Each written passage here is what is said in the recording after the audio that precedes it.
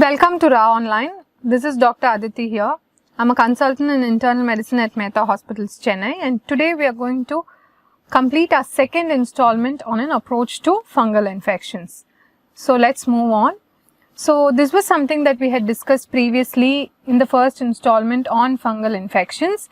We looked at the opportunistic mycosis and the endemic mycosis, and we had covered candidiasis in detail. So today we are going to look at some of the other opportunistic mycosis, particularly the molds, aspergillosis and mucormycosis. So let's first look at mucormycosis. Now, when we specifically look at the organisms causing mucormycosis, we already know that they belong to the category of molds. We all know that there are three kinds of fungal organisms. They can either exist as molds with hyphae and filamentous forms, or they can exist as yeasts, which are budding spores, or they can be dimorphic, present in a particular form in the tissue and in the environment. So these are the three different forms of fungi, and mucormycosis belong to the mold category. Now these are thermotolerant fungi. They are found in soil and they generally have very low virulence, which means they are not generally pathogenic in immunocompetent hosts. And the primary defense against mucor comes from the neutrophils. So let's look a little deeper into the organisms which constitute this class of mucormycosis. This includes Apophysomyces, Cunninghamella, mucor, Rhizopus.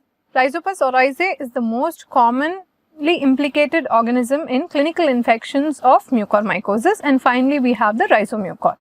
Now mucor, Rhizopus and Rhizomucor, all these three have very high virulence in acidic medium. Now why is this important? Because often we find patients with mucormycosis presenting in diabetics, specifically with diabetic ketoacidosis. Now these agents have very high virulence in acidic medium and hence become pathogenic in hosts with the acidic medium, like in DKA or in chronic kidney disease patients. Now let's look closely into the pathogenesis. Now, as I already mentioned, these organisms are generally not pathogenic in immunocompetent hosts. But in immunocompromised hosts, they become pathogenic and they cause tissue necrosis, angioinvasion and rapid progression, all of which result in rapid clinical deterioration of the patient. And hence, prompt diagnosis is extremely important to allow early initiation of appropriate antifungal agents for this infection.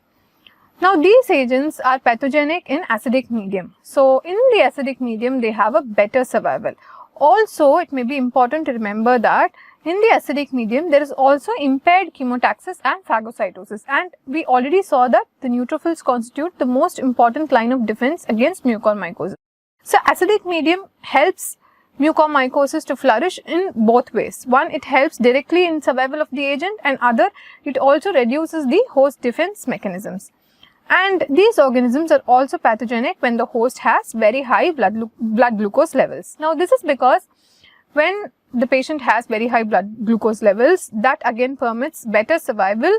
Now, these organisms form filamentous forms which invade vessels, which then obstruct blood flow and then cause ischemic necrosis.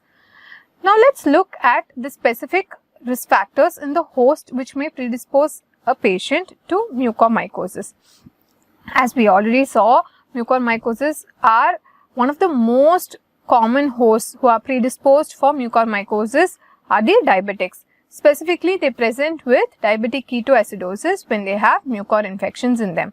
Patients with other conditions which may suppress immunity like malignancy, post-transplant status, use of immunosuppressive agents, specifically use of corticosteroids, all these individuals have very high risk of mucormycosis. Patients with chronic granulomatous disease, where again there is a defect in the neutrophil function, and patients with neutropenia. As we all know, neutrophils form the prime line of defense against these organisms. So, in all of these conditions, including end-stage renal disease, where again there is going to be an acidic medium, all these conditions are going to favor the development of mucormycosis. And then finally, you have high iron states, like patients who receive frequent blood transfusions for various reasons like thalassemia, patients who develop hemochromatosis, all of them will have high risk for developing mucormycosis. Now, having covered the important risk factors in the host, let's look at the risk factors in the environment. exposure to construction sites and dust from them, exposure to gardening, exposure to moss and manure, all these constitute important environmental risk factors. As I already mentioned, these organisms are actually thermotolerant fungi which are found in the soil.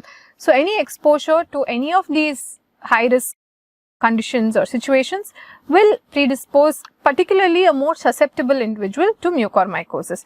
So, all this should come in the history taking whenever you are suspecting someone to have mucormycosis. Now, let's look at the different clinical presentations of mucormycosis. Mucormycosis commonly presents with rhinocerebral mucormycosis, especially in today's day and age post-COVID, when we have another dual epidemic of mucormycosis here, especially in India.